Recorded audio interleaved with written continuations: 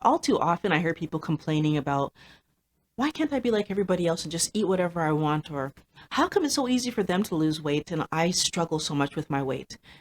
Today, I want to talk about why we shouldn't be comparing ourselves to other people.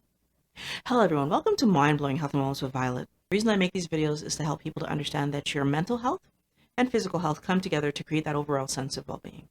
If you find these kind of videos helpful, please consider subscribing. So the first idea, why can't I be like everybody else? Here's the joke. You are.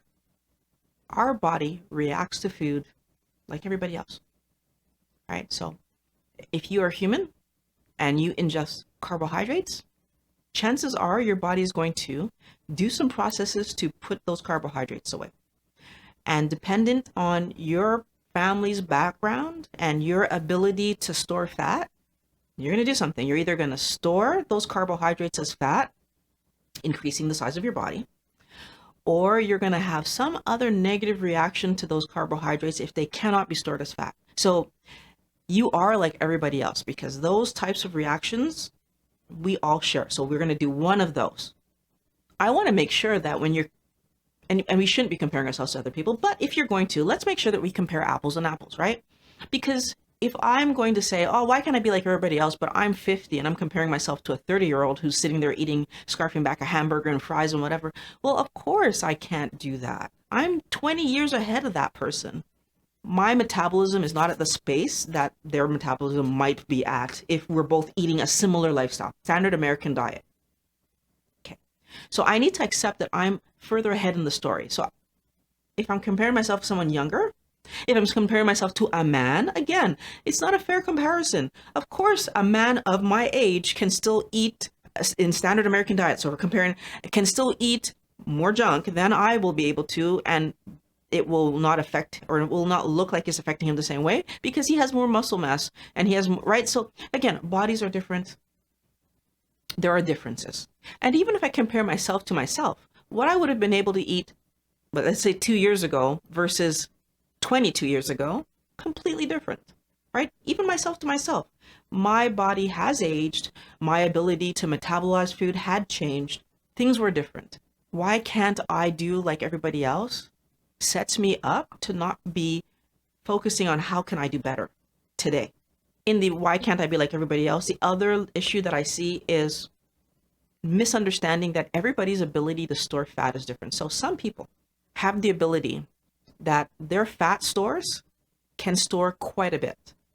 Some people can get up to 400 pounds in storage and still metabolically not have diabetes, or now they'll have other issues from carrying that much weight, but not have heart disease, not have diabetes, not have, not have some of the issues that, for example, someone who can only store an extra 70 or 100 pounds would start having much sooner.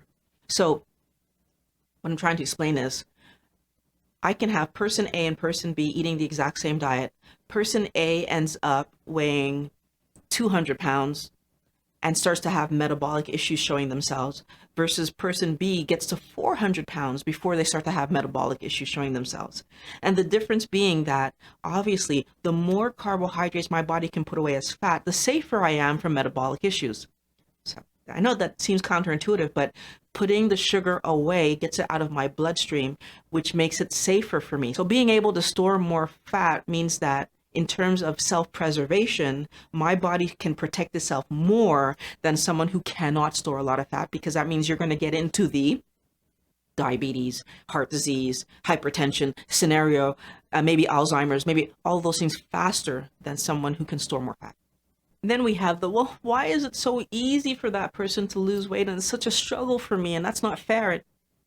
Again, I feel like we assume that if someone shows consistency, if someone shows dedication, commitment to an idea and they move forward with it, that it was easy. You know, it took me 5 months to lose 70 pounds. I wasn't trying to lose weight. Just put this in perspective. I was trying to heal my hip. My hip was healed, I would say, within the first month and a half. It felt better. By 2 months, it felt like gone. So why did I continue with this way of eating? Because I learned that Carbohydrates cause that problem. Now, in the course of healing my hip, my knees started to feel better, my elbows, my shoulders, my neck, all the things that had been bothering me for so many, my back, all the things that had been bothering me for so many years started to feel better. So it made sense to me to keep moving forward with the way that I was eating.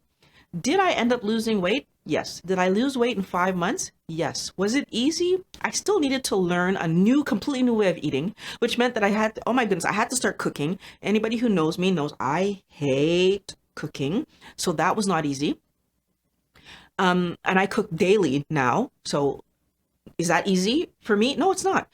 I had to make a lot of changes. I had to get over the idea that in my life moving forward, I would not eat coconut bread or pudding again. Those are two cakes that my mother makes, and she makes them the best of anybody in our family, and I'm not going to eat those things again. I had to put my mind around that idea. But you know what? The trade of feeling like this compared to I'm not going to eat those things again, I made that trade. And since I've gone keto, I haven't had it. Now, am I going to say that's a forever thing? I pretty much think it's a forever thing. I actually feel like if I tried it now, it wouldn't taste right to me because sweet things bug me. But at the beginning, when I made that decision, I didn't know that my taste buds were going to change this much. And I still made that decision that I'm not going to eat that. And parties have happened between then and now. The bread was there. I didn't have any. I smelled it. Smelled good. But I didn't eat it. We're all the same. I had to commit to this lifestyle. I had to say, this is what I'm doing so that I could feel good. I did that. That was my choice.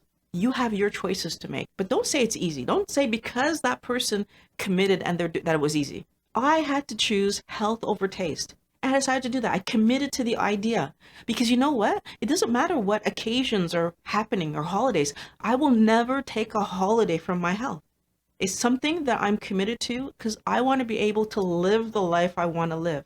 And not being able to run for those months that I wasn't able to run was a wake-up call. Taste does not matter as much as being able to run, being able to snowboard, being able to longboard, being able to ski, being able to play with my daughter outside and run around with her on our boards and know that I can keep up. That's more important to me than eating a piece of cake. What I've learned is that things that I didn't know were hurting me actually were. And as a matter of fact, they weren't just hurting me, they were killing me. And I was unaware. I was on a regular basis poisoning myself and not aware. And until I became aware, I couldn't change it. But now that I know, how can I possibly go back to hurting myself? Which is what would I be doing if I chose to go back and eat those foods again? I'd be hurting myself. Now, am I going to say that I'm never going to have a glass of wine again or never going to have a sip of beer? I can't say that right now. I've had wine in the last year. But is it a regular thing that I do on a regular basis? No. So is it safe for me to say that there could be an occasion where I might taste a piece of cake? Sure, I could say that because I had wine. Right? But I can guarantee you that I wouldn't pull a haul off a cigarette and I wouldn't sniff some cocaine. Those things are not interesting to me. So again, I go back to why would I go and eat something that I know is sweet unless there was a really, really, really good reason for it? And I'm waiting to see what that really, really, really good reason would be. And trust me, if I find that good reason, I'll let you guys know. But up until this point in time, I haven't found that reason. I want to point out something. When I was eating all those carb-heavy foods, I actually thought they were healthy for me. I learned that they weren't, but I thought they were. Otherwise, I wouldn't have been doing it. You have no idea what people are going through when you see them in their process of losing weight. So they're losing it, you're watching them, and you don't know what's going through their mind. Are they committed to the diet because they're afraid to die? Are they starving all the time, but they're not saying anything? Are they thinking about food 24/7 and suffering through that? You don't know. You have no idea. And when you're doing a diet like that, it is a diet. You are torturing yourself to get to an end goal. And one of the things I've mentioned a bunch of times is that when you torture yourself to get to an end goal, the chance that you are able to continue. So once I reach the weight the doctor says, or once I solve the inflammation that I was living, as soon as that thing is gone, will I be able to continue forward doing this thing? And most people cannot.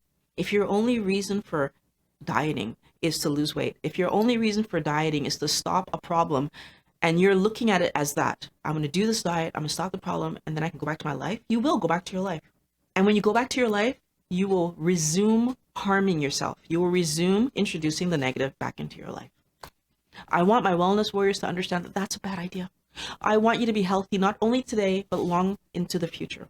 And to be healthy long into the future, you need to really plan it out and think about what's better for me. Why am I really doing this? Am I doing this strictly to be thin, or do I want to live a happy, healthy life long into the future?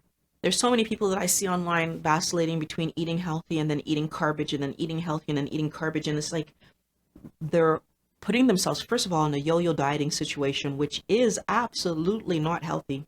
Usually when we yo-yo diet, we end up at a higher weight than we were when we started dieting initially. It's a bad thing to do for yourself. What we need to really understand is that the damage that's being done to our bodies by carbohydrates is the kind of damage that is slow, lasts over time, but on top of that, it's motivated by dopamine and endorphins being released in your body that kind of pushes you to want to eat something that you know is not good for you. It pushes you to want to eat something that's harming you. It's called addiction. And if we don't accept these pieces of the puzzle and understand that we are all human, food affects us the same way. And there's certain levels of this that we don't have control over. Some things we control, some things we do not. It's for you to learn what parts I control and then do the things that are going to help you to change your life. We need to stop trying to pretend that eating excessive carbohydrates is normal, because it isn't. We need to stop pretending that eating excessive carbohydrates is a good way to fuel ourselves, because it isn't.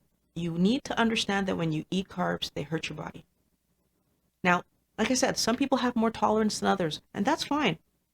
But understand that underlying that tolerance you have, you're still putting a poor quality substance in your body for energy when there are better options out there.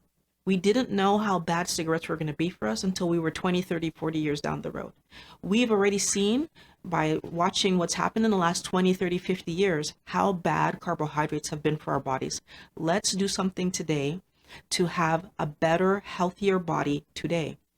You wouldn't put regular gas in a car where the manufacturer specifically says, put premium, right? You wouldn't even put medium. If he specifically said put premium, you'd put premium.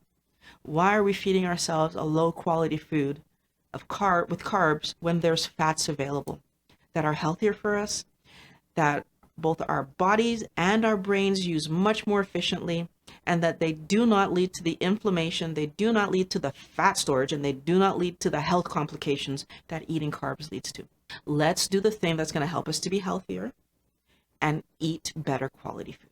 I really hope you found this video helpful. All my wellness warriors out there, I want you to do the thing that's going to help you to live a healthier, happier life. Please consider subscribing. I'd love to see you back next week. If you don't know, I do have a Patreon account, and if you thought this kind of video was helpful and helped you to make some changes in your life, please consider going over to my Patreon and contributing to the production of future videos. I want to thank every one of you for watching Mind Blowing Health and Wellness with Violet. I love making these videos for you guys because I want to inspire everybody to be at a better health. If you're at a better health, healthy weight will follow. Thanks for watching. Have a good day.